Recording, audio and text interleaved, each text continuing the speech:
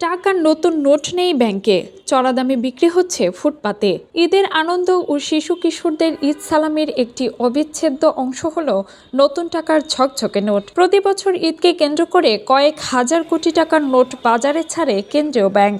কিন্তু এবার সেই সিদ্ধান্ত থেকে সরে আসায় হতাশ সাধারণ নাগরিকেরা।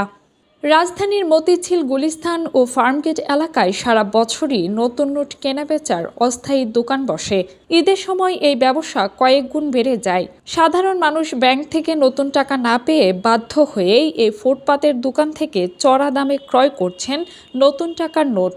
খোলা বাজারে নতুন টাকা বেচাকেনার ব্যবসায় নিষেধাজ্ঞা আরোপ থাকলেও ব্যবসায়ীরা কোথা থেকে নতুন টাকা সংগ্রহ করছেন সেটা নিয়ে ওঠে নানা প্রশ্ন।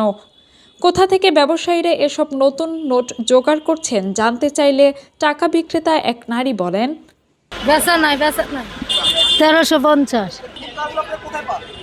আমরা কিনে লই ব্যাংক স্টাফ করতে। কিনার স্টেশন আছে পাবলিকে তো কিনি, পাবলিকরা তো লই আই।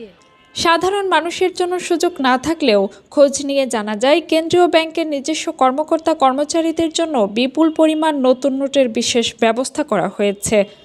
নতুন নোটের চড়া দাম শুনে ক্ষোভে ফেটে পড়েন অনেক ক্রেতারাই। দাম তো বেশি মনে হইতেছে আগের তুলনায় বেশি। আগে 250 টাকার মতো হইতো, এখন 350 400 এরকম। এখন আমরা তো এই টাকাটি মূলত নেওয়া হয় যে খুশির জন্য, বাচ্চাদেরকে দেওয়া হয় এই জন্য। কিন্তু আসলে টাকার যে দাম, আসলে তো মানুষের মূল্য নাই টাকার কাছে। 10 টাকার নোট নিচ্ছে আপনার 350 টাকা করে, আর 20 টাকার নোট নিচ্ছে 350 টাকা। জনগণের টাকা যাতে মনে করেন ব্যাংকের থেকে নিয়ে সুবিধা ভোগ করতে পারে, এরকম বাড়তি টাকা দিয়ে না কিনে, টাকা যাতে পরবর্তীতে বাড়তি টাকা দিয়ে না কিনি, ব্যাংকের থেকে আমরা সুবিধা পাই, সেই ব্যবস্থা করলে মনে করেন ভালো হবে। কাজী মিম, আপন দেশ, ঢাকা।